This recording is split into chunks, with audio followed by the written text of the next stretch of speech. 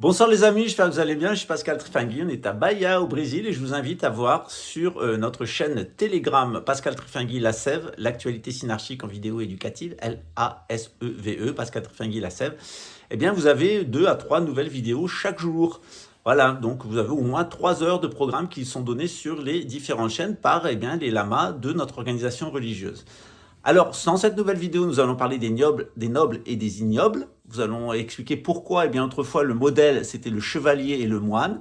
On avait des femmes vertueuses, vierges, qui venaient au mariage, qui étaient de haute moralité, et qui évidemment faisaient des enfants sains, avec une bonne génétique, et surtout des enfants qui avaient de l'intellectualité et des savoirs. À l'heure actuelle, on promeut la perversité sexuelle dès l'enfance. On a des femmes qui arrivent multidéflorées au mariage, qui souvent d'ailleurs deviennent stériles, et d'où l'idée d'inventer des machines à faire des enfants. On a aussi des gènes de plus en plus pourris, abîmés par l'atomisme, la psychotronique, la pollution électronique, la pollution chimique, etc. C'est de pire en pire, et les différents flux migratoires qui sont provoqués par les guerres. Et donc, la génétique est de plus en plus défectueuse, les hommes sont de plus en plus méchants et malsains, tout juste capables d'être des chasseurs-cueilleurs, c'est-à-dire faire des jeux vidéo où ils font du magasinage et des jeux vidéo où ils jouent à tir-pampan et à la guerre. Hein. Ils se promettent même de rentrer dans le métavers. Voilà, figurez-vous.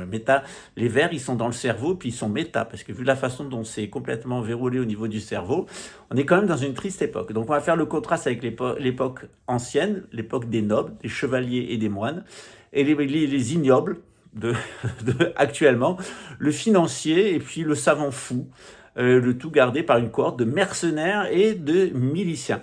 On en profitera au passage pour se moquer de 2 pays qui sont les plus grotesques au monde. Le premier, c'est la Corée du Nord, un reliquat de l'ère marxiste, où on nous menace tous les jours, un espèce de gros cochon grotesque nous menace tous les jours de nous tirer dessus un missile atomique. Et de l'autre côté, un reliquat de l'Allemagne nazie, Luxembourg, où tous les jours on vous menace de vous tirer dessus un Polonais. Voilà. Camille en est mort et moi j'ai failli en mourir, mais le Polonais est tranquille parce que Jeannot, le lapin, veille sur lui. Voilà. Tant qu'il y aura Jeannot, il y aura des Polonais. Donc 2 reliquats et 2 pays les plus grotesques au monde. Un pays d'un côté qui est une idéologie marxiste totale avec un fou furieux qui va envoyer des bombes, et de l'autre côté des nazis, des fous furieux, hein, aussi gros, aussi grotesques, mais qui vous balarguent dessus des Polacs. Voilà. Entre les deux, on va vous expliquer comment ça va finir pour la Corée du Nord et comment ça va finir pour Luxembourg.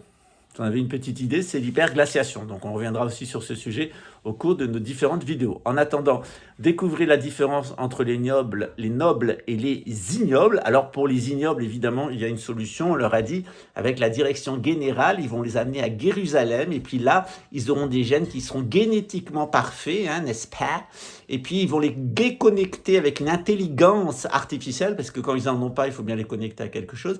Ils auront évidemment des matrices pondeuses robotiques, et puis grâce à ça, ils deviendront les produits d'une grande expérience sociale meilleure que l'Union soviétique et meilleure que l'Allemagne nazie. Avec Elon Musk, ils iront sur Mars, évidemment. Un Mars, et ça repart. En fait, eux, j'espère qu'ils vont repartir sur Mars et puis qu'ils ne reviendront pas. Ça serait quand même mieux pour l'humanité en règle générale, et surtout pour l'espérance de vie de notre planète et de 7 milliards d'êtres humains. En attendant, rendez-vous sur Telegram et puis sur notre chaîne Synarchie, où vous allez avoir de larges extraits. À bientôt, c'est en bas dans le lien.